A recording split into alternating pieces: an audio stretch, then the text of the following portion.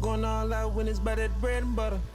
The kill for clout, I put that on my dead brother, yeah. He talk so much, I showed him I'm a real hunter. Won't say it, but he know I still got real cutters, yeah. Yeah, I'm right back and I lost mad commas. I had been down bad inside a dog tunnel, yeah. Forgot them boys, I found out who my real problems. And who was only with me cause I had dollars. Never cross nobody, always stay silent. Kept it real with player, never lied and always stay honest. Love my bro so much, I never change on him. I'm the one to go and do the work, bring you the damn profits. Hustled on my own, I always did know how to sell product. They ain't gave me none, I grind so long, came from the damn bottle. Everybody speaking on my name could have some real problems. We are not the same, ain't in my lane, I got my own column, yeah. Peeping and I'm seeing people fall back. You little homies got me at the topic of the chat. You switched on me when you know you in business with a rat. And the boy that's like your brother, ain't nobody speak on that. The city see it clearly if I had to state of fact. You still rock with the boy that went and got your partner. Woo! Welcome, ladies and gentlemen. Welcome, ladies and gentlemen, to episode 106 of the Splash Cast, the Around the League edition, Monday Night Raw. I'm your co-host, Reggie. I am your co-host, Norwood. Our powers combined, we are your HBCU homeboys. I do want to let you know I'm doing something different this week. Flashcast 48 pack. It's a case. 48 songs. This is as long a song unprecedented as a Chris Brown album. This is what you're gonna get this year. I started putting the playlist together and kind of ran through 24, and I was like, I have to make some cuts. And I just kept on going, and I was like, I'm at 36 now. And then I'm like, and then I put everything together. Now, I will say the Spider-Man soundtrack is excellent. It's a diverse soundtrack, so you cover all the bases. And I had to ask myself, if these songs were singles put out by these people, would I put them on there? Yes. It's going to be 48, 2 hours and 23 minutes of music, covers all the bases. It's a lot of Afro beat in there, too. Some pop music and some slow jams. Welcome. Y'all should like it. So, with that being said, ladies and gentlemen, on Monday Night Raw, you know we cover HBCU news around the culture, news around basketball, news around football, and then we also have some splashes of the week that didn't make it into the pregame normally. With that being said, let's jump right into HBCU football, man. So, Bubba McDowell down there at Prairie View A&M down there in Houston had a mega coaching camp. The mega coaching camp included SWAC coaches, MEAC coaches, HBCU coaches, Dawson Odoms being one from Norfolk State. Okay. Dawson Odoms being from Norfolk State, Simmons from FAMU, Dooley Southern was not there, but JT from Jackson State was there, and Deion Sanders was there from Colorado. Yes. So Grambling was there, Texas State was there, Georgia Tech was there, Colorado was there. The whole Eddie Robinson and Deion being there together, super interesting, especially coming. Alabama State was there, which was interesting. I wondered I'm sure they didn't speak as well as Alabama A&M. So with that being said, Bubba McDowell, head coach of Prairie View, caught a little bit of flack for bringing Deion, and this is what he had to say about it. Let's see if we got it on. Make sure we got everything on. Well, I think the biggest deal for these young men to come out and see that not just Prairie View, but multiple schools are out here looking at these guys, and they're out here showcasing their talent, which is always good. You know, a lot of these kids don't get a chance to go to multiple camps. So it's always good to go to one big mega camp and then have 30, 45 schools in here so they can see these guys collectively at one time. You know, so many people are so territorial in recruiting. Oh, yeah. That just sounds crazy to do it that way. Absolutely. So what was the driver for you to say, no, come get in where you're fitting? You know, we want these guys to go to college somewhere. I always tell that, and you said it right. That's it. We just want these kids to get looked by anybody. Because, look, everybody can't grab all of them. You're going to have some good ones, you're going to have some mediocre ones, but we can't grab them all. So those that are left over and you feel they can fit your program, then you go get them and take them and develop them when they get there.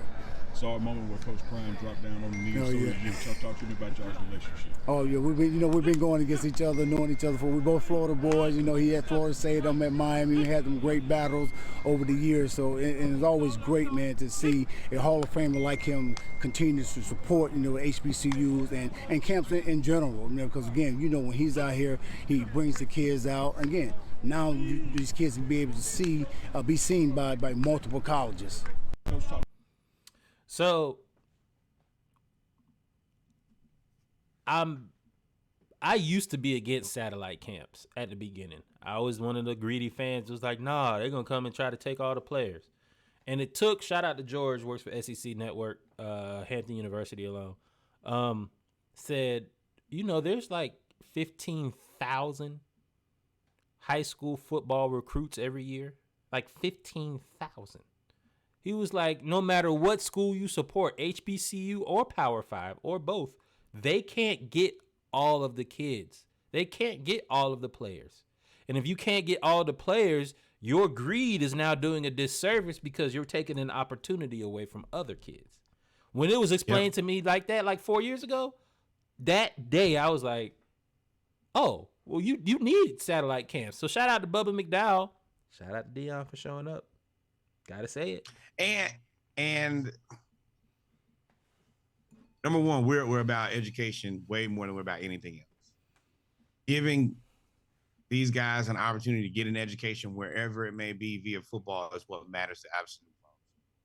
However you feel about whatever you feel, we don't care. If you can get a chance to be seen and that helps that kid get an education, help put him in a better situation for the future, help him, create generational wealth, whatever it may be, then we have to support that. Whatever you believe, football is just an avenue at the end of the day. So I 100% support that. Now I have to say this because it's been on my heart. I don't love the media coverage because the way that they've kind of positioned this is like, this is Bubba McDowell's camp. And not only is it Bubba McDowell's camp, Bubba McDowell was a damn good NFL player. Now, everybody doesn't know that because they don't watch football that way. But some of the reporting has kind of led with Deion, and like, great that he's there, but this is this man's camp. Don't take away from what he's trying to do. That was immensely frustrating. The different I understand what you're saying, and there were other articles that referenced Deion a lot, but I can appreciate, we got this from, shout out to HBCU Game Day, got this from HBCU Game Day, that they interviewed Bubba McDowell and let Bubba McDowell comment on Deion. Let Bubba McDowell comment on the other coaches. Absolutely. That's the classy way to do it. That is I like absolutely that, the classy way. Because Deion is forever going to be the elephant in the room in black college football until something happens, until he comes back or he openly sends players this way, until the fence is mended between those that felt some type of way he left. Then, and time passes, Deion will always be the elephant in the room. So I applaud HBCU Game Day and Bubba McDowell for standing there and just talking about it, going right at it, not talking around it, not trying to BS about it. Like, yeah, he's here. He brings out the kids. He also brings out other schools. No, Deion is to the point now where the people that he's recruiting, we talk about it, he gets all the transfers. Yeah. Well, if he gets all the transfers, that means other schools are now going to be looking like, well, we need to look at the players he's looking at. And that's how you get 47 schools at a Prairie View HBCU camp. So, I mean, we are the realest podcast in the world. We talk about you. We will give you all the flack that you deserve, but we will give you the praise when need to. I do understand what you were saying, though, with the other places. But shout out to Prairie View. Just be responsible. Me and Reggie aren't journalists by trade, but if we can handle this with class, you guys should take a second and have some journalistic integrity. Yep. Now, speaking of integrity, let me tell you where it will not be. Integrity will not be there. September 9th in the Bayou. In Baton Rouge. Let me tell you something. I don't know if Norwood is going to make this. One half of the Splash Cast may be in Baton Rouge September 9th. Jackson State and Southern will be televised on ESPN Plus, and kickoff is at 6 p.m. Central Standard Time. For this to be, I think, the first game for both of them is kind of crazy that they play each other the first game. Might be the second game, but normally you don't play that way. I am excited for this game. TC Taylor gets his first game. Dooley gets, after a full season of recruiting, Dooley with a new quarterback after plays Jackson State. Southern's starting quarterback that everybody wanted benched transferred to Jackson State, so as well as the starting kicker. So there's a lot of players that are familiar with each other on both rosters. Some players from Jackson State transferred to Southern thanks to the transfer portal. This is going to be a hell of a game. May have to make it to Baton Rouge for that. And I've seen, and I know this is a little just kind of, I think it's important. I heard that it's actually going to be on ABC. So you know how ABC and ESPN are one unit. But I do, from what I've read, they're going to actually be on ABC, which is like ESPN is one thing as the cable network, but ABC, we all got channel 2. Yep. And I'm excited for that game. Now, last year, Southern played LSU, and I went to that game because that was basically all of Baton Rouge was in the Tiger Stadium. LSU beat the crap out of Southern. Southern's band beat the crap out of LSU. It is what it is. This year, they said they had a good fourth quarter, though. They did. Southern scored twice. This year, LSU is hosting Grambling State. September 9th. I love this. In Baton Rouge. So September 9th in Baton Rouge, you have Southern versus Jackson State. Then you also have Grambling State and LSU, which will be the day game. Woo! That's the whole state. That's the 4 flagship schools of Louisiana. Well, 3 flagship schools of Louisiana playing in the same town on the same weekend on Labor Day. There is going to be an unreasonable amount of tailgating. There'll be an unreasonable amount of liquor consumption. Look at Reggie's face. I can't wait. Boy, neck bones, crawfish, and gumbo with wings. Ooh, Lord. Oh, why did you have to say the menu? I said the appetizers. Jeez. Well, yeah. And just, I like LSU doing this. Consistently putting HBCUs on your roster. It allows these guys to get tape against the best. And hopefully we'll have more HBCUs do this. I mean, we'll have more PWIs, not PWIs, Power Fives, putting HBCUs on their schedule. You need more of that. Florida and FAMU, do it. They played recently. They played within the last 10 years. But I'm just excited for this weekend, September 9th. I don't know what's going to happen because I will have just be coming back from spending a good amount of money in August. And then at the end of September, we still have some fun to do. So it's going to be a crazy 2 months, but I have got to figure out a way to make it to Baton Rouge for that weekend. It's going to be crazy.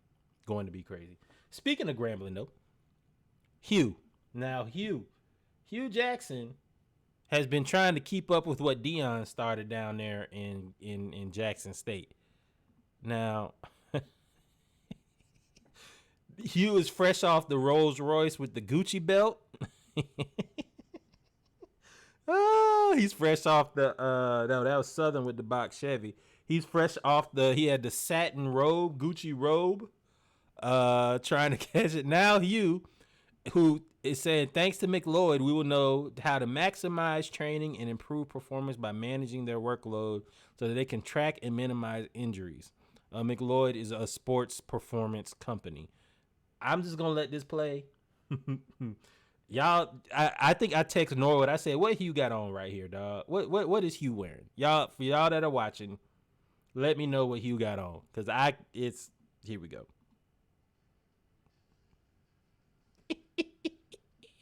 Bro, no. And we have so much respect for you, Jackson. But we are a podcast who specializes in telling the truth. being transparent. That we say all this with love, but if you don't take the Lululemon stretch pants off, bro, if you don't take them leggings off, first of all, them leggings come with one or two things. They either come with Crocs or they come with Uggs, bro. You don't. And anybody on his team that cares about him, no, bro. And if you're gonna wear those, at least put some shorts on top of them. But this look here is this ain't it, bro. This ain't it. Ain't nowhere near what we need from you. And Let me tell you something. you old enough to be like my uncle, so I got to shoot it straight with you. Hugh, last year, Grambling and Southern played. You weren't expected. Hey, to take win. that down. Take that down. Take that down. No, take that down. Take no, that down. Take I'm not. I don't You wanna were see expected to win. You weren't I expected. don't want to see win. that man in leggings. Hugh, you about to get an introduction into what we call the Joneses.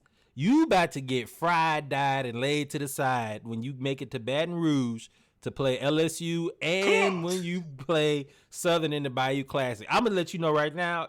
I think we go into the Bayou Classic this year. I'm gonna put this on a poster and say, "Grambling, this you." Like Hugh, you got to put on. First of all, you should have a Grambling jumpsuit on. You jumpsuit. The jumpsuit that go like that, the windbreaker, you that age appropriate. That's what you need to have on. You can't have on the Lululemon leggings. Pants. You can't have this on, Hugh. And then you look like a Bethune-Cookman cheerleader. Boy, I look like a Texas Southern this is male cheerleader, bro. You look like a flag This is court. uncalled for. And then with the take that PowerPoint, down, look man. at the PowerPoint. Man, Look, look. he is a black icon. Take that down, man. That man Splash coached in the Cast NFL for a long time. Will always be your consultant. We talk about black colleges and HBCUs getting better at social media. He was trying, but this looked like something off Jefferson Pilot Sports. You remember Jefferson Pilot Sports? That's what that looked like right there. That looked like Jefferson Pilot Sports. Hey, you didn't play it on the Jefferson Pilot Sports too, and man, happy to be there. Yeah, boy, that was when they covered the playoffs. So that's a Georgia joke. If you grew up in the South, if you grew up in Georgia, there's Jefferson Pilot. You know who that is. Next time you're gonna post something, you send it to the Splash Cast. Yes, Sneaky, he's wearing leggings, Sneaky. Lululemon. Let's move on to something better. All right, man. Hey, all right. Terron Armstead. The Terron Armstead Foundation hosted their first ever celebrity basketball game in Cahokia. Terron Armstead is from Arkansas, I believe. No. He's from Illinois, right outside. Illinois. He went to Arkansas Piper. Yes. Sorry. He was a kid who walked 6 miles to get to his graduation. Xavier Jones is who they were honoring. Terron Armstead is also going back to school, if I'm not mistaken, right? No. That's the Brickishaw Ferguson. Oh. But the reason that this is important is that Terron Armstead, also the HBCU captain, him and Jameis Winston. But this kid, Xavier Jones, he wanted to graduate. In order for him to graduate, he had to walk from his house to Harris Stowe University. They did go ahead and offer him a scholarship for just being this. Please, why did he say that? From walking, he walked from his house to his graduation because it was that important for him. So Harris Stowe, the university, offered him a scholarship for his perseverance. Also, Terron Armstead bought him an electric bike to make his commutes a lot easier. And on top of that, he also bought his family a van. Unfortunately, Xavier and his 6 siblings lost their mother, I think, a few years ago, and they're being taken care of by their grandfather. So the minivan, I'm sure, changes their life, and the electric bike allows him to, move around a little bit more freely. It's a tough situation, but congratulations to that dude, man. They say him and 2 of his brothers decided, hey, man, we're gonna walk from our house to your graduation, and all 3 of them walked there together.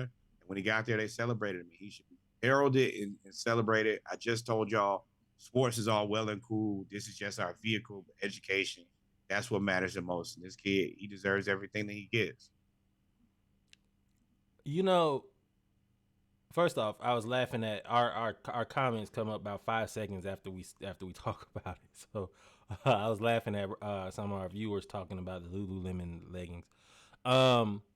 But you know, as a kid, I bet you as a kid, he knew he was walking a long way to graduate, but it didn't register to him that it was like like, you know, when you a kid and you got your friends with you, we went all over the place until you realize when you get older, you like, boy, you know, you just walked 6 miles to graduation 6 in dress miles. shoes. In dress shoes? No. And you got to get the 6 miles back home. Like when you walk, you're making that commitment, getting there and getting back. And that shows you just how important it was for him to graduate. How much it meant for him to actually walk and graduate in front of his younger siblings. That's a really, really, really, really big deal. Shout out to the grandfather. That was admirable by Xavier Jones. And also, man, congratulations, man, Terron Armstead doing the right thing consistent. Yeah, and that's man. what happens when you have HBCU products coming out into the world. Yep. Know what a heart is. With that being said, ladies and gentlemen, we come to the end of the HBCU News Around the Culture segment. We're going to take a quick break, and then we'll be right back with basketball, WNBA, as well as NBA. I said I still stand by my pick. Kyrie is on drugs, and Nick Nurse and James Harden. I'm going to tell y'all, when I saw Kyrie say that in every group chat, I said, oh, he is crazy. I don't we support Kyrie on this podcast. We love him. I don't think always. I will be his. I do. I think that it must be very difficult to be Kyrie's friend because he just says all the craziest stuff. No, it's not difficult to be Kyrie's friend. Well, while we're here, Kyrie is the one you leave out the group text. Oh, like no. You just invite him places. You don't really put him in the group text because he'll say what's in the group text out loud. No. You be like, bro, do not send that to him, yo. No, we'll let him know what he's allowed to say. But yeah, follow, subscribe. We'll see y'all in a minute. I'm gonna grab a beer and we'll be right back. Y'all stay.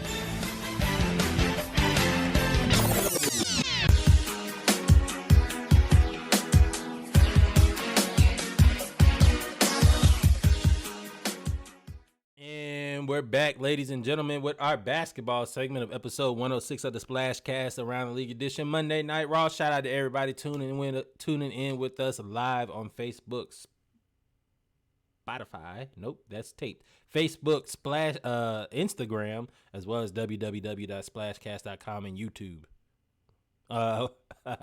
Where you want to start, man? Let's start with WNBA. I'll tell you where we start. Start with the WNBA. I guess this is WNBA. It's really FIBA. It's just women's This is technically women's basketball. FIBA. They just had they just won their 3-on-3 women's basketball tournament. I don't think that these sports get nearly enough love. I didn't know this was a thing. Yes, 3-on-3 basketball is way more difficult because you only have 3 players. Y'all actually have to be good. There's no loaf. And as you can see, they're playing fantastic basketball. Once again, the women win gold, and I think the guys won silver. Jimmer Fredette. But this is beautiful basketball, and I think Haley Van Lith is on this team. She's playing like and Cameron Brink. Yeah, them two. Yeah, they are. Haley Van Lith and Cameron Brink won the FIBA. There she is. Van Lith. Hey, the girl gonna play some basketball, man. And she down there. And they're just way more fundamentally sound. And also, guys, I don't care what basketball team we roll out, we should win every tournament. I don't care what it is. I don't care if it's 2-on-2 and 1 street ball tournament, U.S. against the world. We should win, bro. I disagree. As the best players in the NBA are international, that is not the case anymore.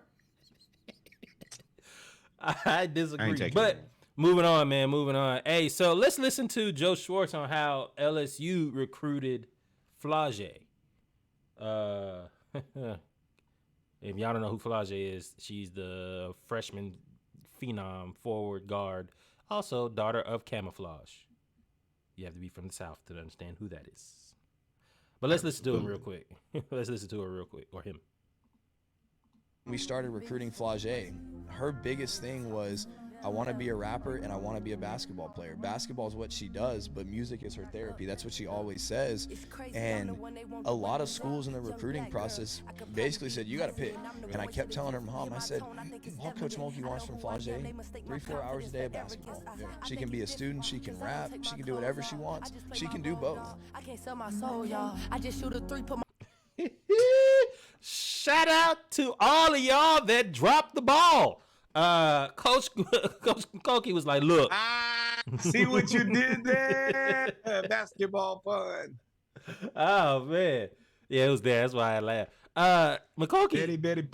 Betty. Hey, that's what happens, man. You got to have, this is what it comes to. And I think there's a lot of things in college recruiting that isn't really covered and talked about. To be a good recruiter, a Nick Saban, a Steve Spurrier, a Kirby Smart, Kim McCulkey, you have Gino Auriemma. You have to have a product to sell, and you have to be Dawn Staley, and you have to be at the forefront in an ever-changing climate.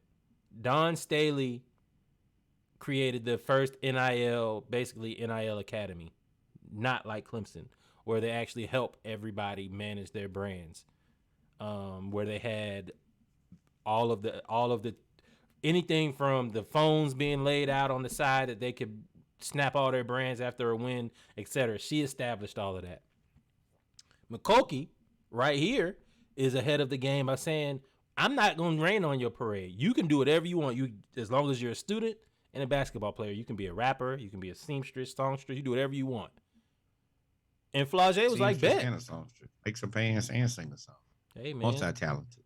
Hey, man. Hey, I think that like one of the reasons I really want to talk about this was I think that coaches are going to have to learn their own level of adjusting and agility. You're going to have to find a way to coach your team, be able to put an excellent product out on the field, a team that's good consistently, but also you're going to have to make sure that you make kids comfortable.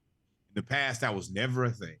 It was never, how can the coach help the kid? You're going to come here, you're going to play for me, you're going to do exactly what I tell you to. Mm-hmm. I think now with the NIL and the amount of money that players are making, specifically Flaujae and Angel Reese, you're going to have to find a way to be able to coexist together. There's going to have to be a higher level of respect for college athletes. And it's that's, for a long time, they were like, oh no, sports couldn't exist with athletes getting paid. We're finding out that it can exist. It actually seems to be thriving. Levels the playing field a little bit, not in terms of parity and competition, but in terms of limiting the power of the coach. That exactly. The end all be all, my way or the highway, I can cuss you out, the Bo Schembechler, Woody Hayes days are toast. That's over with. Paul Johnson grabbing face masks and throwing players and kicking. Ain't none of that no more. It's too many people invested. Hey, there are companies who support your university that are paying me a lot of money. You're going to have to treat me with some respect or you're going to lose me. And if I disappear, that sponsorship money, that donor money, walk right out the door if you continue to run athletes away. So, yeah, you're right. There's going to have to be a better level of brand management with teams and players and, just the respect that you're going to have to treat players with. Can't dog them out like you could before. And that wasn't right. And I'm glad to see things the scales hopefully evening out, even though I do think the NCAA is going to try to find a way to rein. Well, yeah, and that's what I was saying. There's too much power, and we talk about it. Coaches don't, to me, in my opinion, all of this other stuff that you see in the news about, the federal government, they need to regulate it because there's too much money and all of that. No. It's because you're losing power and the players are making more money than you. Look at Bear Alexander. Yep. You may not know who he is. I thought he was going to be the best defensive lineman on the Georgia Bulldogs. He was the next person in line. You had Jordan Davis You had what's his name that just went ninth to the Eagles that we were supposed to get. Jalen Carter, and then Bear Alexander was the next guy. Bear Alexander was the next dude, and he transferred to USC. And they paid him an exorbitant amount. I'm not gonna say he got an NIL deal, and I'm not gonna say they paid him. His apartment is in the middle of downtown LA in a high rise, 30 stories up, in the middle of downtown LA. So just take with that what you will. At the end of the day, y'all gonna have to fix y'all face and play nice to these athletes. That's what's gonna have to happen. And Flaujae is out here balling. Go ahead. Like women's basketball may not be the bigger draw, but the big women's programs, college, I think it will be soon. Especially, and a lot of this is, once again, the NCAA just not. The NCAA has a historic past of not having very good awareness. When specifically the women's sports is so much better than the men's, and they won't fix the men's because it's always been there. And it's the same thing that happened with the NIL and not paying players. You have to listen to what your constituents are asking for. They need to make the men's basketball game better. It needs to look more like the NBA.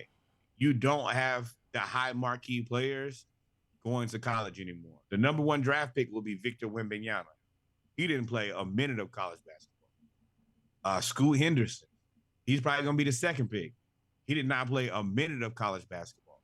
The twins, Amen and Asur, didn't play a minute of college basketball. You said what?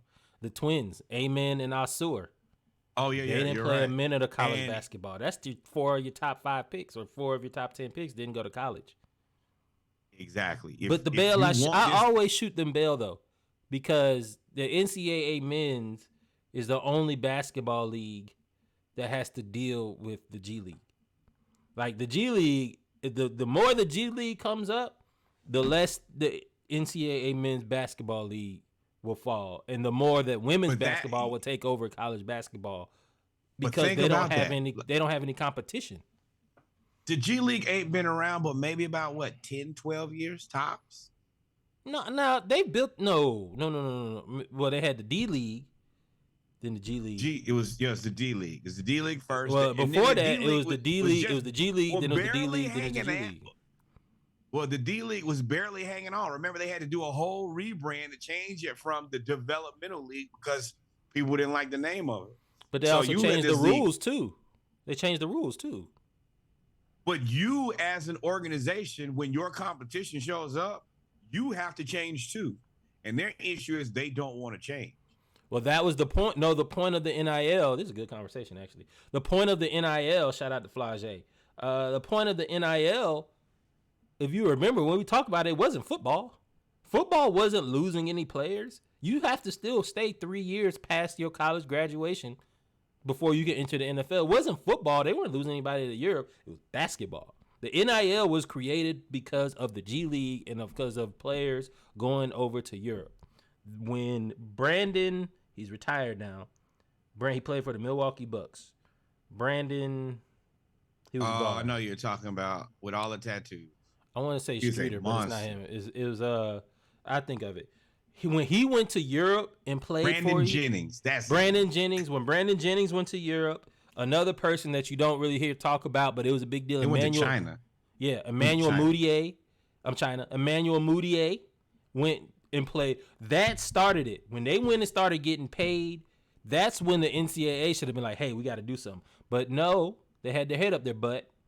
And they decided to say, well, we're still bigger than the competition, and they just kept going. Kept going. You got a 35-second clock. You play 2 halves instead of 4 quarters. You're not making it look like the product that you notice. College football actually tries to be at the forefront of these things. You really look at the NFL. College football actually promotes football, pushes football. Go ahead. Yes. College football is always more aggressive than the NFL. I think follows college football. You remember at one point the Wildcat, it was every college football's offense. So what did the NFL do? Hey, let's do it like that. Or, college football was the first one to go a little bit more positionless. Let's just go edge rusher and let's see what Florida these guys State, look like. Florida And then State. Shout out to Mickey Andrews. And then the NFL kind of says, "Oh man, this makes kind of sense. Let's do it." Well, college basketball does the exact opposite too. But yeah, go ahead. Yeah, let's make this look like John Wooden basketball from 1930, and wonder why nobody watches. And then but the part is you see the girl. I'm gonna take that alley-oop you just threw. You right. Let's take all of the blackness out of basketball and see what it got you. They said, you know what, we're gonna go to the G League. Fine, we'll go to the G League, whatever. That's what they did. They took all the blackness out of basketball. You're right. I did. I put that. I put them right. I said, "Hey, I'm D-Wade." Sometimes you just gotta throw that oop, man. But yeah, I mean, I have little faith in men's college basketball. They'll fix it, but I'm not a fan of men's college basketball, as you probably know if you watch this podcast. Anytime I can find a way to trash that sport, I do. Go women's college basketball because they're fantastic, they're well-rounded, and they play offense, defense, and can dribble. Yep. All right, man. Before we get to say no to drugs, the Pelicans, as well as Nick Nurse, and possibly Jaylen Brown trade scenario, that makes a little bit of sense. Got to talk about the finals. The Nuggets went wild in game one. What? Now, you remember, it was a Saturday morning, me and you talked about this. Mm-hmm. And I said Nuggets in 3. And you said Nuggets in 3. I got a good hearty laugh, chuckle, some say. But I told you, Heat gonna steal one of the next 2 games. I don't know if they win one in Denver or they win the one at home, but it ain't no way they lose the next 2 games. Well, if you want to go what I told you so, if you remember, if you harken back to that episode, I said, we're hearkening. I said that Denver was going to win in 5. I made a joke with 3, and I said, honestly, I'll give Miami 5. I said Denver will win in 5. I also said, hey, Miami found something. I said they found something at the end of the game when they cut it in the game 1, and I said they cut it to 10 points. And I said the game wasn't as close as it was at the end of the score, but Miami found something. I did not think finding something meant actually losing and beating Denver in Denver after Denver with Jokic up with a 40 to 15 run, with a 40 to 14 run, and Jokic scoring 40 points. I did not expect for them to lose, and yet the Heat just decided to be the Heat. They came back from double digits again. And they stunned the Nuggets. So, I also, once again, what did I tell you that they were going to do? You got to put Kevin Love into the lineup so at least he can be a big for some of the time so that you can kind of keep Bam out of foul trouble against you. Executed perfectly. Kevin Love did not have a world beater game. I think he had maybe 10 rebounds. I thought they would play Cody Zeller a little bit more, but like I said, you need bodies just to get in the way. Also, one thing that I think they did that not a lot of people really noticed was they let Joker score points. They did not allow him to get to let anybody else get buckets. He had 4 assists. And him scoring is one thing. I don't think there's much you can really do to stop him. Specifically when he gets down there in the paint, he just bowls them over. And there's not anybody who's strong enough to do anything but Bam, and you can't really put Bam on him for the whole game because he just. So, man, that's all well and good. I understand what you're saying, and I understand what they're saying with let Joker score, don't let him get any assists. I understand all that. This man right here, you can see him getting dunked on while he's fouling Bam. Joker only had 4 assists. Michael Porter Jr., I have not seen somebody go from sugar and being said that you were great and defensive turnaround and all of that to shit so quickly. This is a testament to coaching, to Eric Spoelstra. Eric Spoelstra did not make an adjustment on Jamal Murray. He did not make an adjustment on Joker.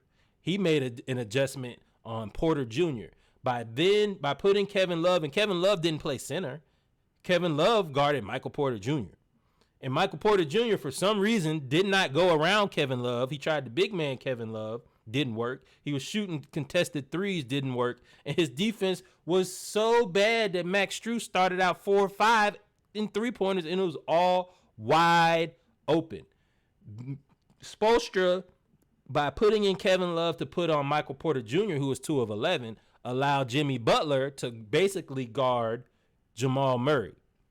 And then allowed Bam to hold on for the ride with Joker. But then by doing that, that allows you to put Caleb Martin on Bruce Brown.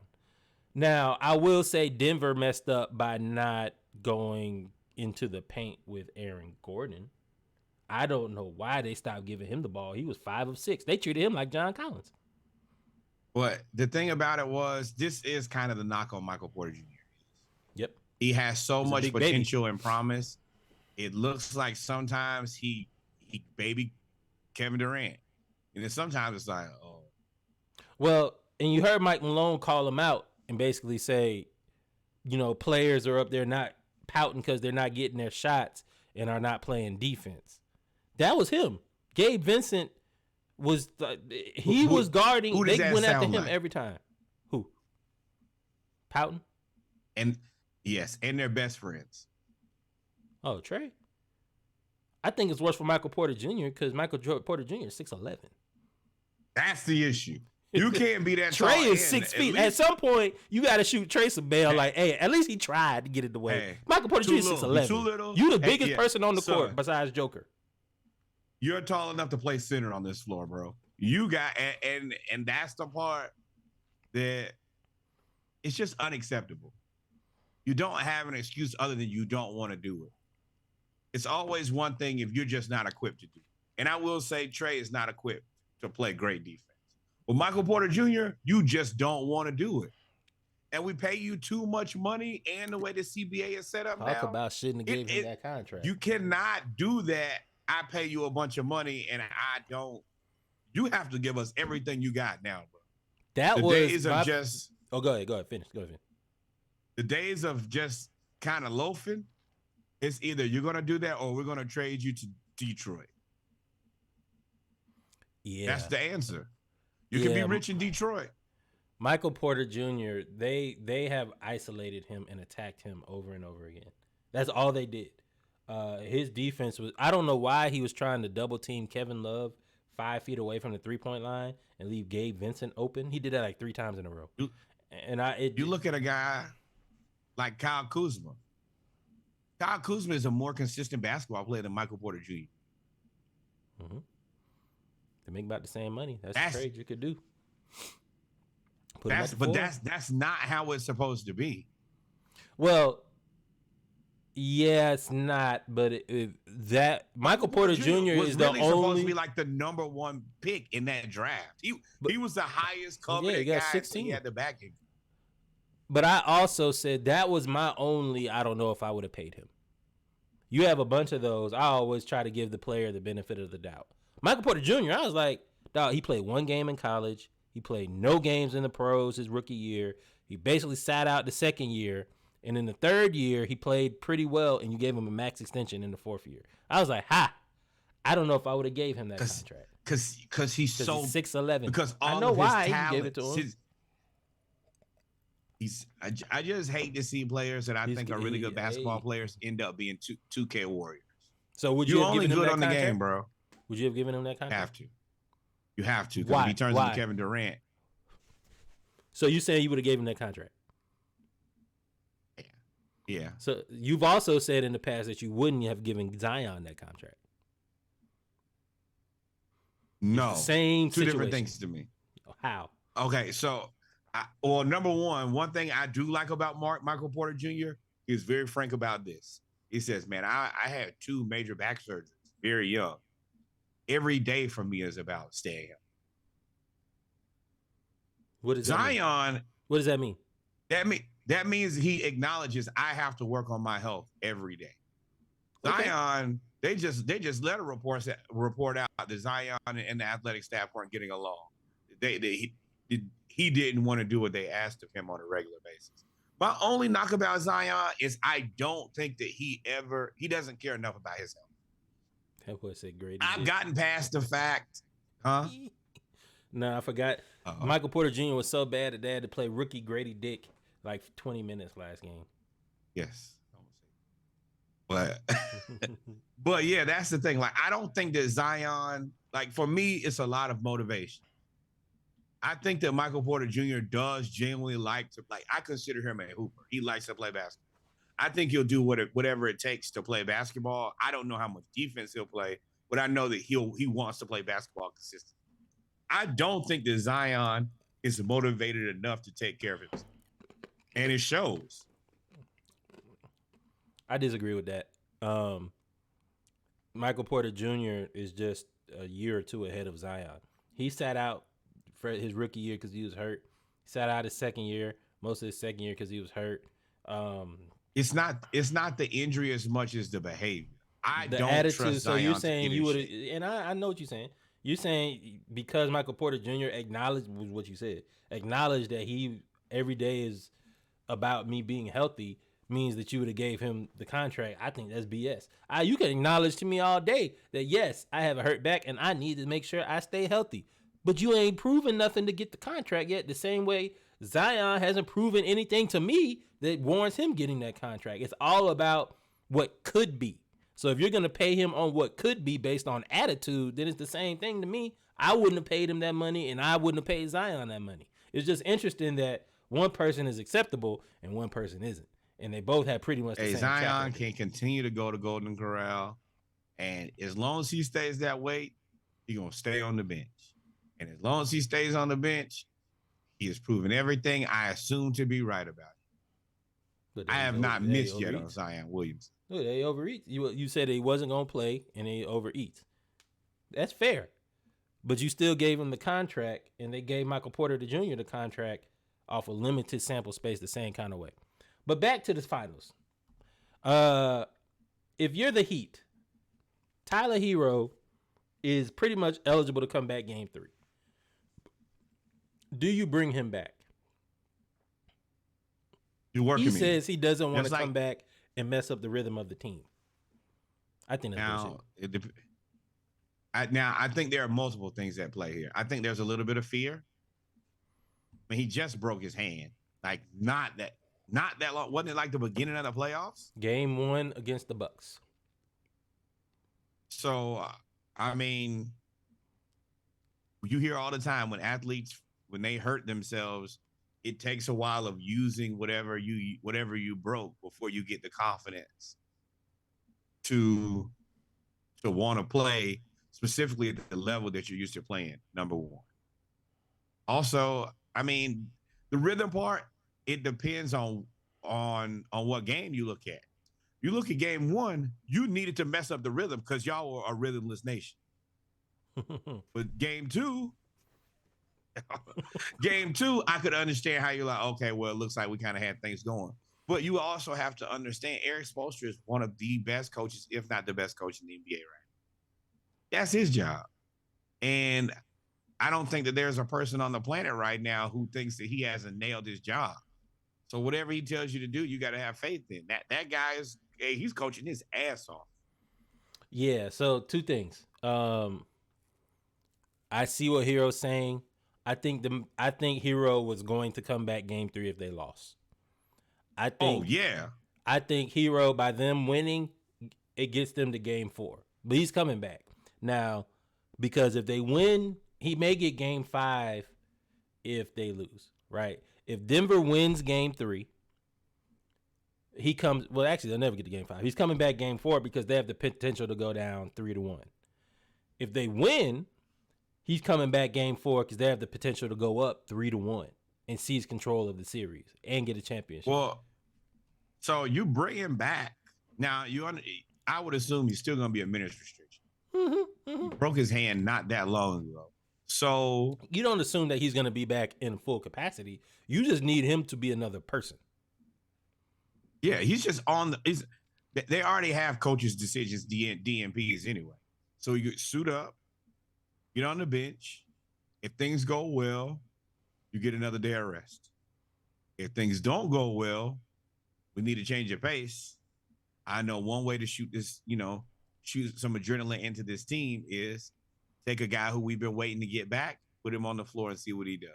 He's a matchup issue. He helps create matchup issues for a team that doesn't really have as many shot creators as you like. You gotten a lot out of Gabe Williams, Gabe Vincent. You got a lot out of Caleb Martin, but we paid you, Tyler. And I mean, I think they believe in Tyler. Yeah, they do, people man. not believing in things. They do, man. Tyler Hero, I just, it all depends on game 3. Game 3, it's wild to me that all of the pressure is now on the Nuggets. Like, all of the pressure. We have yet to see, this Heat team plays so carefree. It's interesting. I don't know which Heat team I would rather see. Do you want to see the Heat team with the back against their wall? Because they come out like game 2, or they did against the sort of Bucks, and play out of this world. But a team, the Heat team that play with nothing to lose, aside from the Celtics series, they are pretty good even when they play with nothing to lose. I don't think that they're a different team. That is what I think is their true value, is they play the same no matter what. They're even keeled. They don't get too excited. They don't get too low on themselves. The thing for them is just what Gabe Vincent said here. Please play this clip. Oh, you want to play it? I was just gonna read it. He said, "Frankly, we don't give a damn." But yeah, I'll play it. Oh, video has no sound. But this is what I liked. They said, "Hey, people didn't believe in you. Hey, we don't give a damn. We just want 4 wins." That is the Jimmy Butler line. That's his belief. I don't care. Everything outside is outside. We are the Heat basketball team. These are the players that we've allotted to play. And we're going to take these guys out here and we're going to do our damnedest to play good basketball every night. And I think that that's the reason that people like, which one you want to play against? I think this team has one objective, and that's always their focus. Whether they're up, then they're like, let's protect the lead. If we're down, let's find a way to turn this thing around. But you're playing the same team no matter what. It reminds me of like Alabama, Georgia, Florida, Steve Spurrier football. Like, I'm just gonna run my offense. Whether we down 100, whether we up 100, whether it's the first string, whether it's the fourth string, whether you're undrafted free agent, whether you're a lottery pick, whether you're 5 years, $90 million, or you're 1 year, 1.9, we're gonna play the same way regardless. And that's how they end up coming back. They just play the same game over and over. They do all the little things right. And Jimmy Butler is the most unselfish leader, superstar of a team I've seen in a long time. The Longest time. I don't have to shoot the most shots. I don't have to dribble the air out of the ball. I will play defense. I will guard people who I might not even really supposed to be guarding. If that guy's a problem, well, let me find a way. And shout out to Stowe, man, for that makeshift zone. It's not really a zone, but it's a zone. It's a 2-1-2 zone with Jimmy being the rover, and he basically just goes in the middle of the zone and goes back and forth and guards whoever. Shout out to Spoelstra, man. That is coaching. That is coaching. But that's coaching, but it's also being in great shape. Jimmy is in great shape in the finals. You know how many people just dog out towards the end of the playoffs, like, oh, I don't have it. And you can see they don't have it. Just beat, out of shape. Yeah. Jimmy is in elite shape, and no matter what you need from him every night, he's going to give it you. He is. We can't play this next clip, but there's a guy on Jimmy's in Jimmy's DMs just begging for Jimmy to beat the Celtics after they had gone up 3-0 and then lost 3 in a row. Yeah, we'll have the post. It's kind of funny. You're playing a way different team than during the regular season. They didn't shoot nearly this well all season before the playoffs. Actually, I beg to differ. They've always been a good 3-point shooting team. They just always got hurt. Now, that comes from being Hawks fans. We've seen it. We've been blistered by it. This intensity that they've had. Now, their defense and the playmaking is what's come out of nowhere. Nobody saw Duncan Robinson taking people off the dribble and getting and ones, right? Nobody saw Gabe Vincent shooting floaters. Caleb Martin dunking. Nobody saw that. Nobody saw that coming. Nobody, Max Strus. Max Strus is exactly who we think he is. He's streaky. He hit 4 or 5 in the first quarter. It ended up 4 of 10 for the game. But he plays hard and they play within the system. And then that's what happens. And Terrell Davis couldn't handle it. I will say, watching the Heat,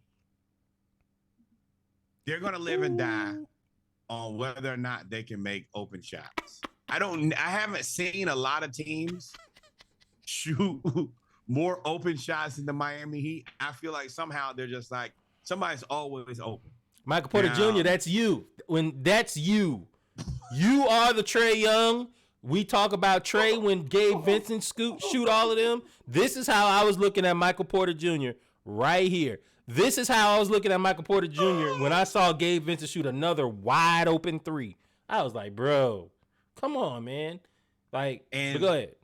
I just want to make sure y'all understand that that's you, Michael Porter Jr. If you see at the bottom, I saw this during the game. And you know how the TV moves so fast, like a face you'll see, and a recognizable face you'll see. This was during the game. This is how it went during the game. Yeah, she's like, is that Terrell Davis? And then he just big man destroyed. Big, bro. Let's go back. Look at that. He looked like he said the timeout after he dropped his ice cream on the floor. Like that's how he looked, right? A mile high salute anywhere.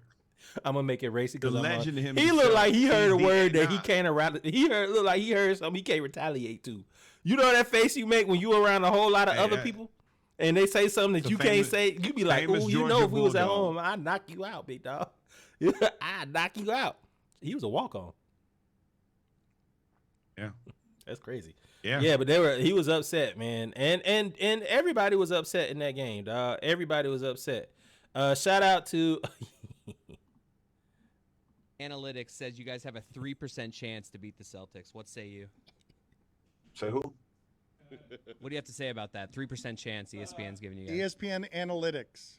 Who said that? ESPN Analytics. The mathematical ESPN Analytics. Exactly. I'm sure the Athletics, Assaholis, or whatever they call themselves, probably had us not beating Milwaukee either in the first round. Yeah. Or the next. You know what's funny? You want to laugh at that because he said that 3 times. He really didn't understand the word that they were saying. But you know the Udonis Haslam will break your jaw. So you can't really laugh. It's just like, let's put some respect on his name. Florida legend, Florida Gator, Udonis Haslam. Basketball, Miami Heat basketball icon. He is the culture, as he says. I am the culture. He's right, though. From Gabe Vincent saying we don't give a damn, Bam Adebayo playing well, saying we don't give a damn. Jimmy saying it is what it is, being the leader, the calm leader. And then Udonis Haslam, they're all reiterating the same thing. We don't care what y'all got to say. We don't care. We're here to play basketball. We keep winning. We playing the right way. This is the best run of a team with not one suit. I mean, Jimmy's a superstar, but he's not an iconic, guy. He's not the one guy. You have Steph Curry, Kevin Durant, LeBron James, Dirk, Tim Duncan. You haven't Kobe, Shaq. You haven't seen a team that doesn't have one guy since the 2006 or 2006 Pistons when they had everybody. But that's what I like the most about this team, and I like about Jimmy Butler is I'm a part of the team. I'm here to do my job, but I'm not here to outshine the rest of the team. We do this as a unit. We all have the same idea. Nobody needs all the shine. We're just trying to win basketball games. Shine And I do on. think that as the NBA continues to get more and more athletic, the opportunity to just out athlete people is going to end. You're going to have to find a way to go back to playing smart basketball. You're going to have to take good shots. You're going to have to play defense, or you're going to perpetually lose.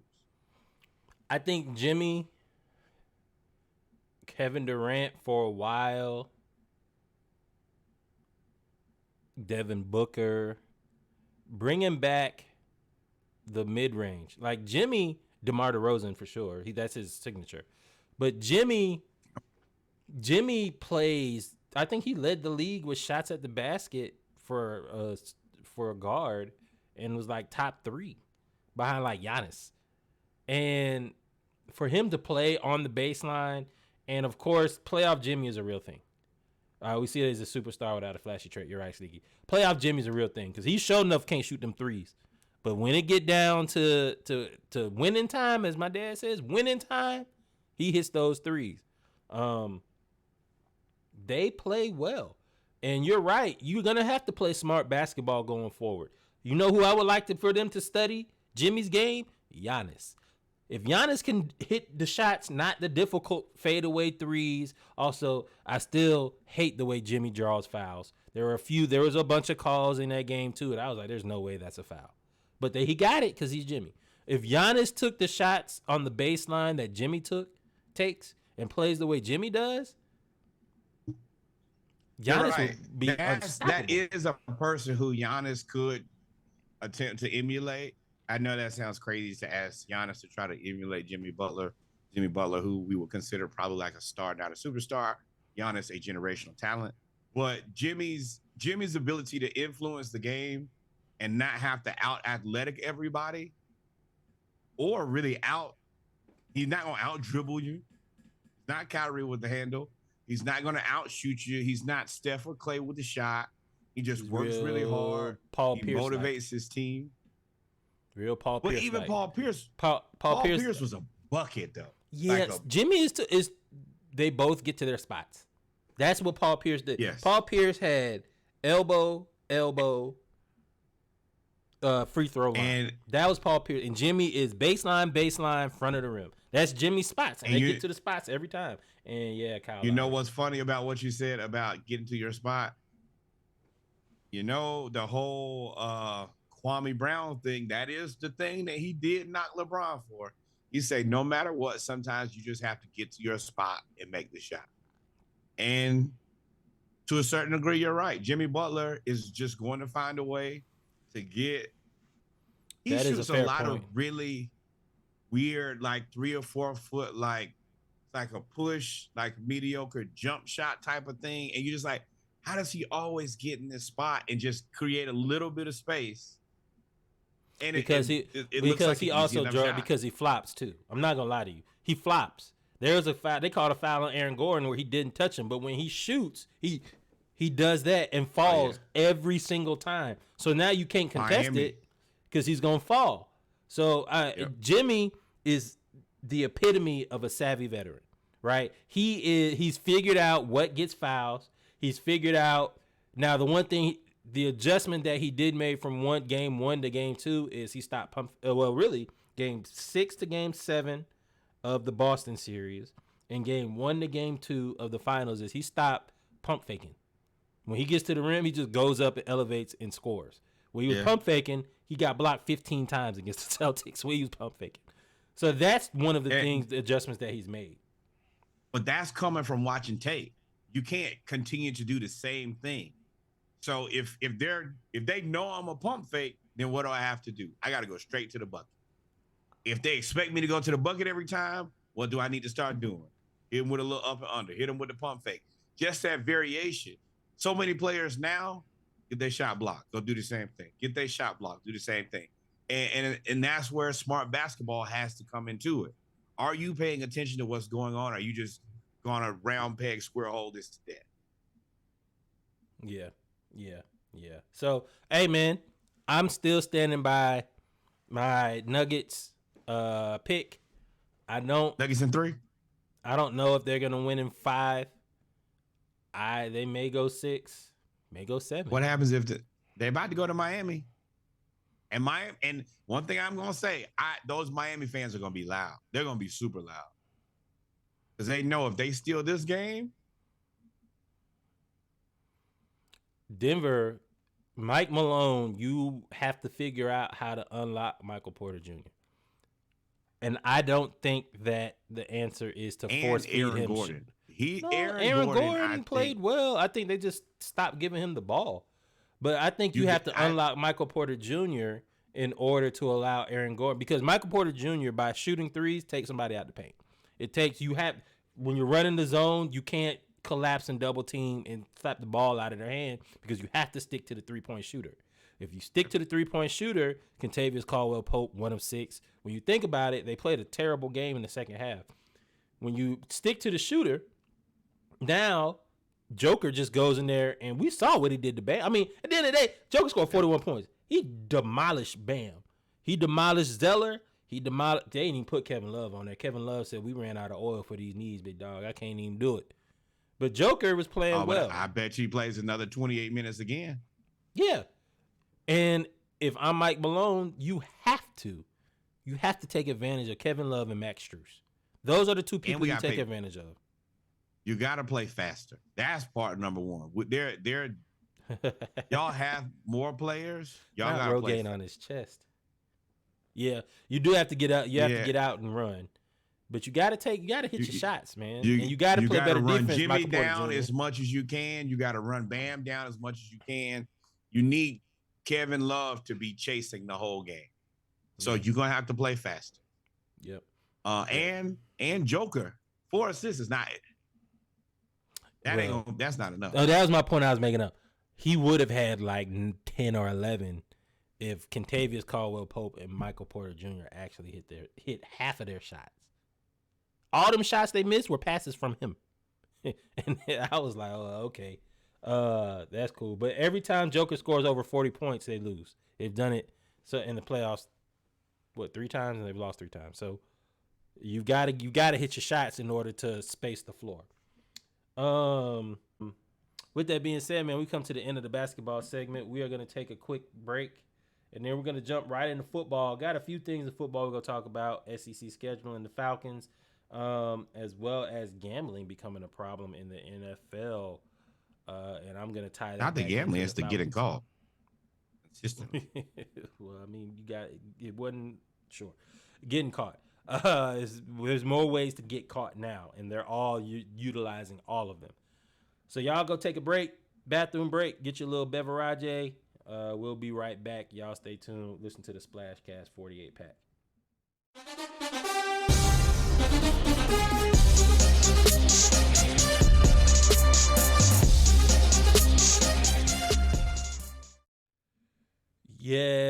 Yes, ladies and gentlemen, we are back. Ladies and gentlemen, we are back with our final segment of episode 106 of the Splashcast, Monday Night Raw, episode 106. We appreciate y'all for tuning in. We are back with our final segment, football, news around the league. Got a few things we're going to talk about.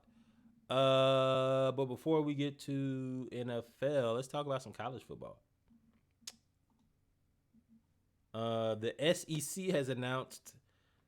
So backstory, the SEC is expanding, adding Texas and Oklahoma. They've already added Texas A&M, Missouri as well. They are trying to figure out their schedule when adding Texas and Oklahoma. Right now, they're in 2 divisions, the East and West.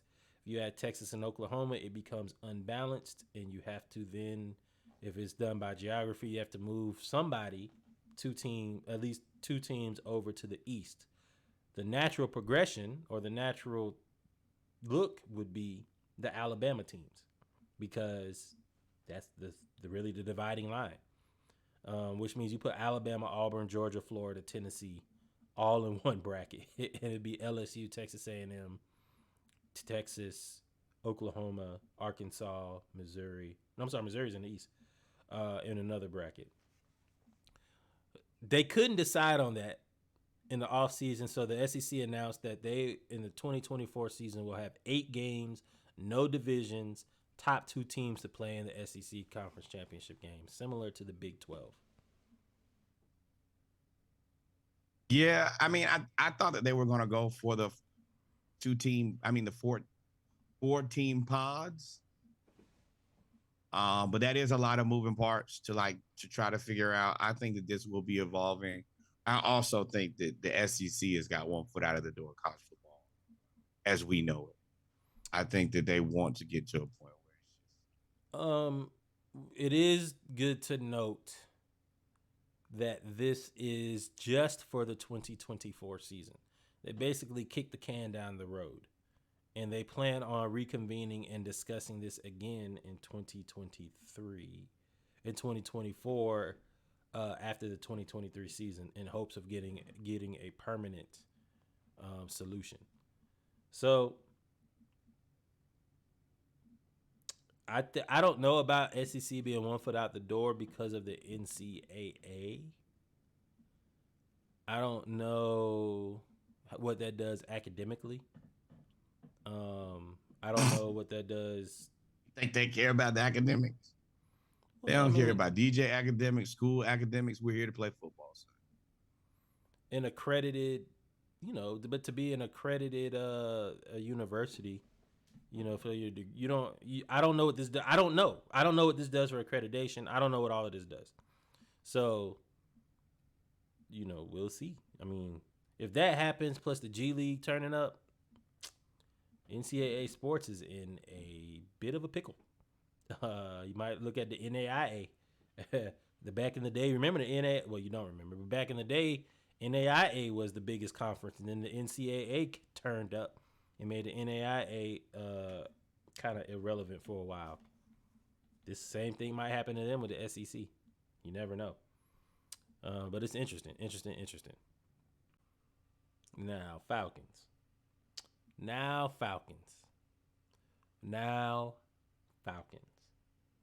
If you serious, Falcons have about $20 million in cap space left. Arthur Smith and Arthur Blank in the past have the Falcons like to keep about $20 million in money to carry over to the year so that they can sign somebody at the free agency. Matt Hollins is a willing blocker. That's why they really drafted him. I mean, they signed him because of blocking. But DeAndre Hopkins is still out there available. And apparently there's a few teams that are out on him. I don't know why. He's been bought out. I didn't understand the buyout. Let that market dry up. Let it dry up. Let it dry on up. And these teams keep saying stupid things. Just don't say. That's one thing I will say Mike McCarthy said. He said, oh, no, I'm not getting into this. Whatever these comments are said, they always come out wrong. I respect DeAndre Hopkins. I met him when he went to his first Pro Bowl.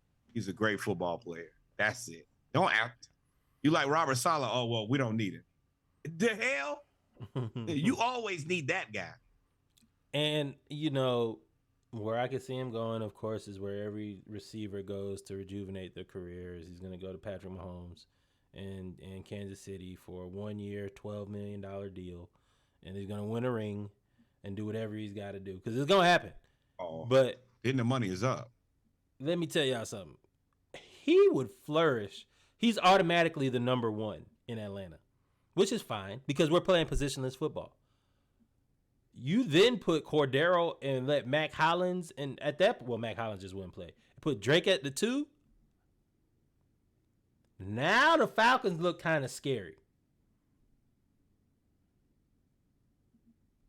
Yeah. Yeah, I mean, Hollins, you're the next guy up. You're gonna get your rotation. You won't get as much as you are slated to get right now, where you get the lion's share of the plays. And I still think that, like, Mac Hollins is going to play, but they're going to play a lot of Jonnu Smith. That's Arthur Smith's boy. And he made that very clear. He said, because they were interviewing him, he said, I would have to give you a full interview to tell you how much I love and respect Arthur Smith. I agree. And when he said that, I was like, oh, that's his boy for real. At that point, I was like, okay, well, Jonnu Smith gonna get a lot of playing time, and he said, hey man, this is positionless. So I think that they're gonna. These guys are big, and I think that from what I've seen, everything I've seen from Ritter, he's going to be pretty active. He looks pretty calm in the pocket. He looks like he throws good balls, and Sneaky after did I said say, it, I was like, shh. Sneaky, one of our viewers did say that they could see DeAndre Hopkins with the Ravens, which makes all the sense in the world to me, especially since he got bought out. Like, that's the part I don't understand is he's got bought out. So you ain't got to pay nobody nothing. You can just sign him to what you basically go into recruiting mode and recruit him to be able to sign a contract that's affordable to your team. Because him in Baltimore, now all of a sudden Baltimore looks even crazier.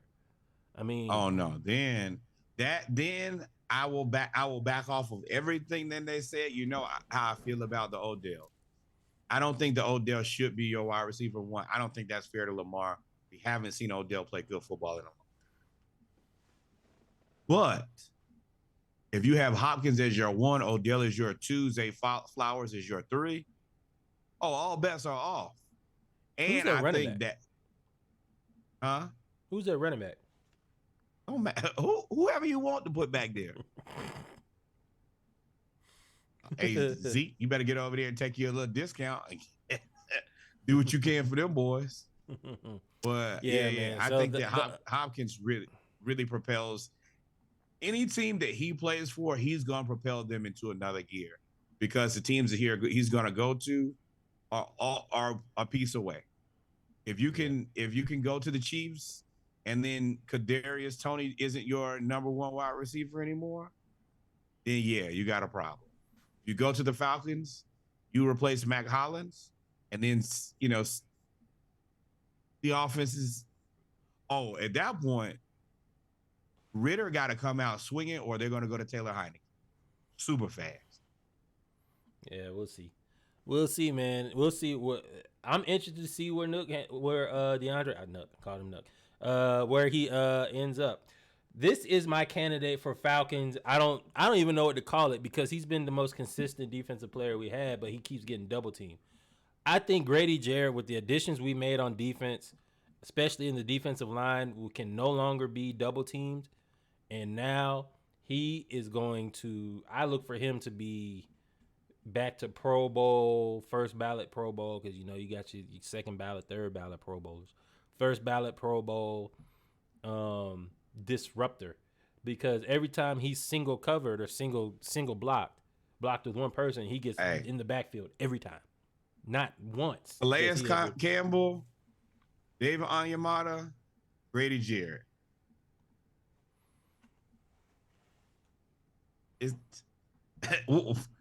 From what we've had so many times to what we got now, thank you. I'm happy. It could be a problem, man. Our defensive line could be a problem. What we gonna talk about? And they say your boy Ekabetti, he's looking. They say he wanted to gain some weight.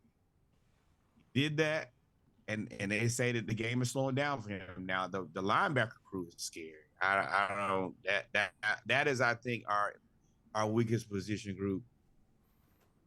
Yeah, we didn't resign what's his name. So now we got Michael Walker, who can play really well if he can just learn how to read offenses. But when he is awful when he's bad. But when he's good, it'd be pick six, sack, tackling for loss. I'd be like, dang, where did this guy come from? And then when he's bad, it'd be touchdown, tight end, touchdown, slot receiver, 80-yard run. I'd be like, damn, man, he sucks. Dean Pease. Did you see him, son? Dean Pease just stopped playing him. So, and we didn't sign Rashaan Evans. So I don't know what we're doing at linebacker. We've got a bunch of them. So we'll see. Let's get into these steroids real quick. I'm just joking. Don't want to start any rumors. But this is not The Rock. This is Austin Eckler, who, if you remember, requested a trade because he led the league in touchdowns last year. and he still has one more year left on his contract, and they did not extend him. He looking like he is coming for that contract this year. Hello? Yeah. Yeah, I mean, and they had to restructure and kind of incentivize him to come back. They basically added a bunch of incentives to his current contract. That's basically what they did. Yeah, they're like, hey, you got to give me some more money. You got to prove it again. Now, y'all going to have to pay him if he prove it again. Y'all going to have to pay him. Pay him. And you need him to prove it. Y'all need him. Man, I don't like the Chargers drafted another receiver. They got like 6 receivers over there. Just give us one. Give us one. Give the Falcons one. We'll take any of them. Keenan Allen. Yeah. Josh Palmer. Any of those dudes. So, and then of course I said immediately that this was drugs. Daniel Bellinger is not missing a day. This was him at the end of last season. This is him at the beginning of this offseason. He looks like he turned into RoboCop. Like, that's what he looks like, RoboCop playing football. And expect to get drug tested every day, bro. Every day. No day gonna go by that you don't get tested. They saying the Giants are a sleeper again. I said, how they be a sleeper? Didn't they come in second in the division? They made the playoffs. That means that we never trusted you in the first place. They made the playoffs. That's all that really means. Game. They don't trust you, bro. They still don't trust you. They never will trust you because you have Danny Dollars as your quarterback. Yeah, man. So what else we got, man? Let's be positive before we get to the foolishness. Shout out to DeBrickashaw Ferguson, man. He will begin nursing school. He's a 3-time Pro Bowler, Pro Bowl tackle. He's part of the all-name team. There's DeBrickashaw, Ferguson. There's a couple of Kabir Baja-Biamila is another name. Sneaky said the Giants are asleep. There's another part of the all-NFL name team. Shout out to DeBrickashaw Ferguson going back to school to get his nursing degree. And I think we have a clip if it'll play. Nope, it won't play. But basically, he was saying, like, football is what I do, but nursing is what I have to offer. Like, I will be able to be a positive effect on society by obtaining my nursing degree. So shout out to DeBrickashaw Ferguson. Yeah, I mean, and he's rich. So this is not something he has to do. He's choosing to do this. I like to see, like, players after they're done. You had a career, so you could technically retire and do nothing. But to find another passion, and this passion to be admirable and difficult. He said, man, I had to go to community college. I completed all of my prerequisites, in order to get here. Now I'm going into nurse school. That ain't easy, bro. We went to school with a very strong nursing program, and it ain't for the faint of heart. Nah, man. It is not. It is not. You, NFL, players, lend me your ears.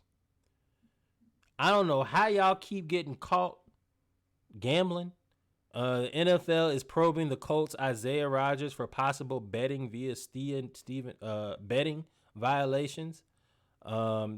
He is entering the final year of a 4-year, $3.4 million contract. He's a former 6th-round pick.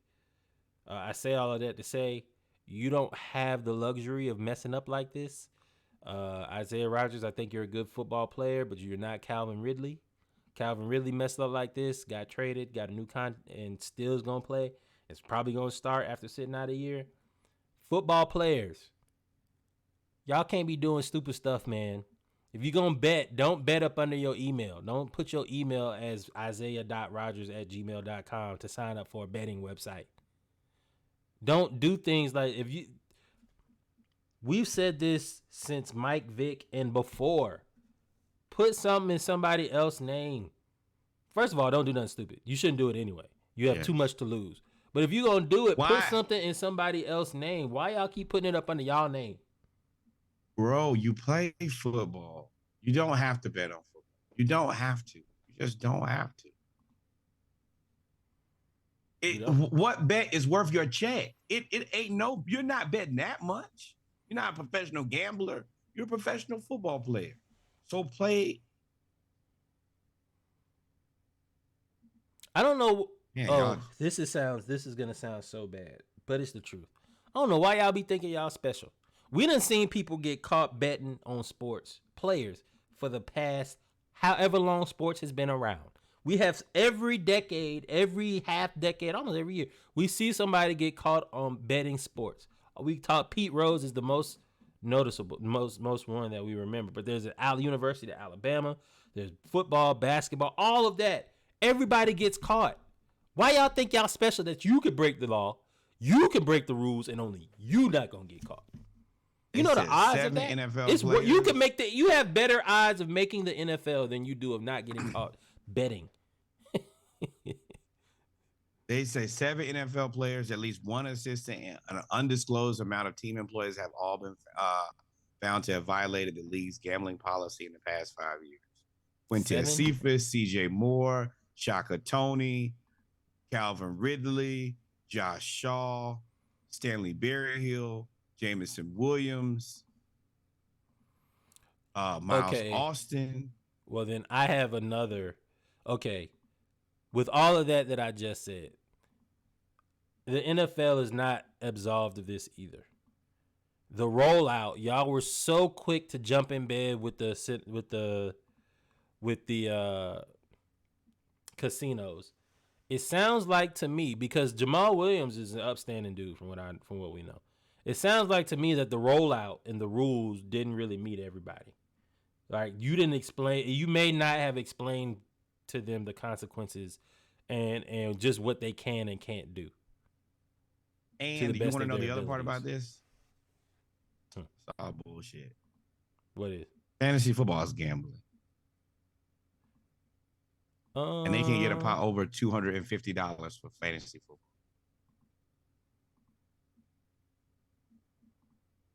You said fantasy football is gambling. Yeah, but it's not. Yes, it is. But it's different. Like, dress it up however you want to. No. Well, let's talk about it.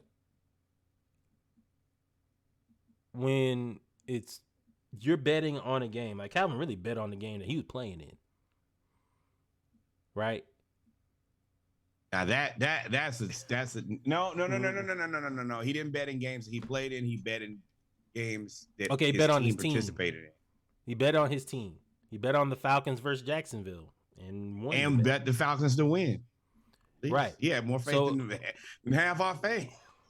What I'm saying is, in like Isaiah Rodgers, for example, if you bet on games that you're playing in, now the ethics of you actually playing, and are you trying to throw the game? Are you point shaving? All of that comes into effect versus and fantasy and football where it's like you need to just get as much stats as you can, right? You're not trying to drop the ball on purpose because you want a 5-point spread instead of a 6. You know what I mean? That's why I say it's kind of different, which is why I think they allow it. Yeah, I mean it's definitely and the NFL, like you said, they've embraced sports betting in a way. But you have to understand, we all work for companies, and they're gonna embrace some level of BS that you just can't. And just because I do it, don't mean you can. And hopefully, I mean, as these players continue to get in trouble, I hope eventually, the rest of these guys are aware, like, hey, man, we can't do this anymore. They're not playing. Yeah, this is all. I mean, it's kind of new territory. But and that's the part. It's new territory, and y'all got to figure out how to convey the message better. To me, but they do have I think it's like a day or two thing that all the players must go to. I'm sure they all must attest it. Like it's like continuing education at your job. They make you do some stuff so that they can refamiliarize you with things you can and cannot do at this job. Same thing with the NFL. Yeah. Let's move on to some funny stuff, man. And y'all better get y'all act together because, hey, man, ain't nan type of bet worth this $3.4 million contract unless you win $5 million. which I know you don't. If you only got a $3.4 million contract and you betting to win $5 million, then you may have a problem. So, but moving on to something funny, Patrick Mahomes. So the Chiefs visited the White House, and obviously, if you know anything about Kansas City, you know the dynasty is the saying of their dynasty is fight for the right to party. They get to it. My man Travis Kelce presented the Super Bowl jersey to the president, and then Kelce, drunk, I'm assuming he's drunk, allegedly drunk, went to the podium that is reserved for the president, and Patrick Mahomes went and was like, "Oh, my bad," and moved him away. And what's funny is the rest of the team was like, "What are you doing? What are you doing? What are you doing?" Look at the rest of the team.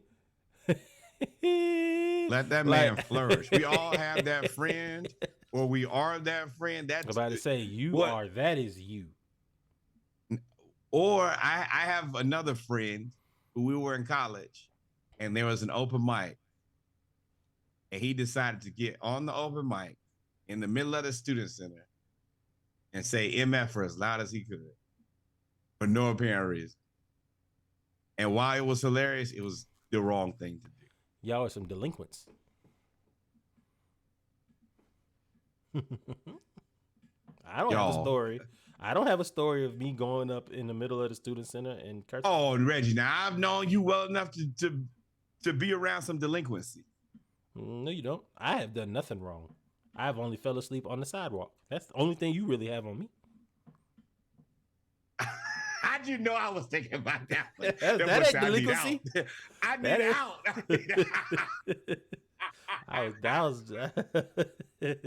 But yeah, Travis Kelce was drunk, man, and it was funny.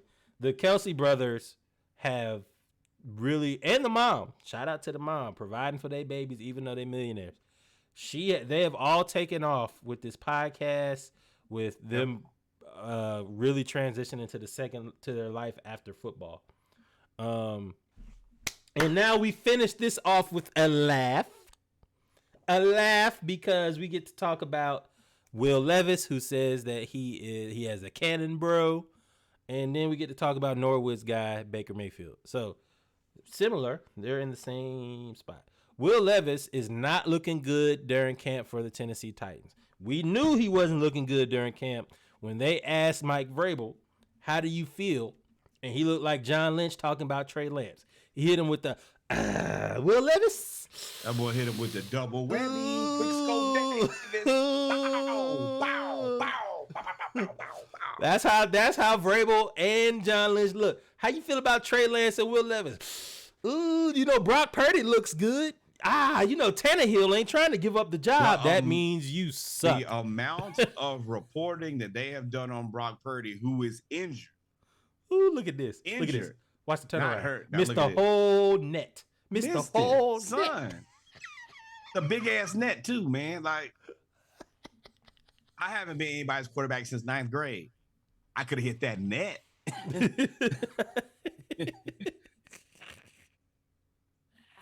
With nobody in front of you. That would even Sam. Ain't no cones. Ain't no nothing. Hold on, son. The job is to throw it into the hole in the net. This is not volleyball. I don't know what you're doing, but you're wrong. But this is the reason that some of us Will Levis, man. It looks like he's not gonna start. Looks like Trey Lance. Who's gonna start? They drafted. I mean, they got Tannehill. You got to think the time's got to be coming to an end. Well, they got Levis in the second round though. They could sit him for a year. Yeah, and what's the other dude they have? Malik Willis. Malik Willis. They don't even talk about him no more. They have switched his position. I think they have 3 quarterbacks and no quarterback at the same time. Steve Spurrier. If you play 2 quarterbacks, that means you don't have one. Doug Johnson, Jesse Palmer. Boy, that was a good time to be alive. And Rex. Yeah. Yeah, man. But it's not looking good in Tennessee, and it's looking even worse in Tampa Bay. This is what y'all did. This is Baker Mayfield and Kyle Trask on the same. Oh my God, It looks bad out there. That's Kyle Trask right there. We're going to miss you there. Baker Mayfield pops up. They're going to show it. He misses the exact same route. They look like they both battling for quarterback too. Look at that. They look like they don't want to give the ball to anybody. The receivers ain't looking the best either, though. They don't look like they're running the routes the hardest. They don't look like they trying the hardest to catch the ball. Y'all sabotaging Todd Bowles, bro. Y'all sabotaging Todd Bowles. Don't sabotage Todd Bowles, man. Go get him a quarterback. Y'all got all these young quarterbacks. Let me tell you who look good over there, Trey Lance. Let me tell you, you can get him over there. Throw him in the mix. You got something. You could do something. Easily. Something. Because I told y'all from the jump, Baker Mayfield was not it. I think I said it every time that we talked about it. If I'm Trey Lance, I'm trying to either get to Tampa Bay or I'm trying to get to Miami. You know, I don't want to wish anything bad on Tua, but I also gotta go where the odds are in your favor, bro. Football. Yeah. I don't think that Tua should probably be playing football anymore. I am not going. That is what it is, but yeah. Shout out to the self-saboteurs. Deserves a chance. Now that we talking about don't Josh Rosen him. That's the 4 self-saboteurs, bro. The Buccaneers, the Dolphins, the Titans, and the 49ers. 49ers got all that talent on that team and about to go out there with Brock Purdy. the amount of time that they talk about Brock Purdy is crazy. First of all, you still got Scam Darnold over there, and you're talking about Mr. Irrelevant. That means Sam Darnold has fully embraced the role as backup quarterback to whoever. Probably. Then you got Tennessee, who drafted a quarterback in the second round, then drafted a quarterback in the second round, and then re-signed an old quarterback, and you have a bunch of nothing. So you got 4 teams that are self-saboteurs, and Derrick Henry ain't getting no younger. Like, there's a whole lot of things wrong with this. Yeah, go get Greg Roman, run the wing T like they did with Lamar Jackson. Disrespectful. Don't have Lamar Jackson, though. Lamar is a pivotal part of that. Without Lamar, it all falls apart. Yeah. But with that being said, we appreciate everybody tuning in, turning up. Episode 106, Monday Night Raw of the Splash Cast. Next time you see us will be Saturday, and we'll be talking about somebody, either the Nuggets or the Heat. Finals talk. It'll be finals talk. So with that being said, Norwood, if we didn't forget anything, take us out. All right. Ladies and gentlemen, children of all ages, let's cover a couple things here. There's a website. You should go there, www.thesplashcast.com, for everything Splashcast. Playlists, check there. Episodes, check there. News about the Splashcast, there. Join the mailing group. All there, and our handsome faces. Number 2, like, follow, subscribe. Go to any of these platforms, click the link tree in our bios or in the Instagram bio or the Twitter bio, and you can find all of our links there. Share the podcast with your friends, like we told you earlier today. Support Black creatives. We don't care if you just get on there for a minute and like every post you can. You can do that. We'd appreciate that. Also, once again, Splashcast 48 pack. 2 hours and 23 minutes of music. Clean your house. Start your day with it. Give you some tunes to listen to. Whatever it may be, check it out. Support us. Now that we've covered that, number one, more Black baseball. And by far, more Black beaches. Number two, more Black cowboys and more Black cowgirls. Number 3, and by far the most important, historically Black college and university that you went to, your cousin went to, your auntie went to, the person that was cool, that you was cool with at church, send some money to their university or your university. Number 2, the historically Black college university in your neighborhood, one that you go to for homecoming, step shows. Oh, Sneaky, you in the A this weekend, Sneaky? Got to get up with y'all. Got to get up with the world. I will definitely let you get it. It's coming. It's going up soon. And then finally, the greatest learning institution in all the world, the Hampton University, where I got my degree. That's where Reggie got his degree. Send some money there on behalf of the Splashcast. We only ask for $18.68 on behalf of the year the Hampton University was founded. Thank you for your support. Thank you for your love. And until we meet again, ain't but one thing to do, Reggie. What's that? Hang out. Love y'all. Buenos noches. Arrivederci. Peace. We are out of here. Love y'all. Peace. This is the Splashcast weekly schedule. You can find us on Monday Night Raw. That is the Around the League edition where we cover all of the major leagues around the league. Tuesday is the ATL edition. Braves, Falcons, Hawks. Wednesday is when the playlist comes out. It's a Splashcast 24, 12, or 36 pack, just depending on the music. Thursday, for everybody who was not able to catch us live on Monday, they can catch up there on the Around the League edition. And then Saturday, of course, we bet beers for Saturday Morning Live. If you ever need to find us, we can be found at thesplashcast.com and, of course, via Instagram at thesplashcast. Overload, stayed in the spot until my scale crack. Ho wanna impress me, hold your breath, lay on the wheel back. Look, babe, I'm just playing, I still need you to catch that mail pack. River, watch your way to the spot, make sure you don't get trail back. Only fuck with trees, but push the shove, bitch, I can sell crack. Out the way, bust a play, I'm gone, bitch, I done fell back. Bracelets up my arm, got my wrist, so shit costs a Hellcat. Rich nigga got chicken in my contract, FOS show. Done Julio liquid perk, I'm trying to fuck on that hoe. Pat myself on the back, cause I'm proud of me, went head toe. Stand up in the bed, dog, and this bitch until the heads blow. Never see me in it, know that shit running. Gucci fly off the chill, I'm tired of shoes, they cost like 600. I don't do shit else, that's on Deborah, and I'm gon' get money. I don't do shit else, that's on Deborah, and I'm wait a sec, slickery with the patch, I got an 80s nigga. Way to flex, pop it on the hoe that got the greatest sex. Bust a nut, act different, baby, cool, cause I can date a chick. Ladies, yes, pull up in a spaceship, this shit rated X. Bad play on the beat, this shit so stupid, got some bounce on it. Fell in love with trap and saw the scale with my first ounce on it.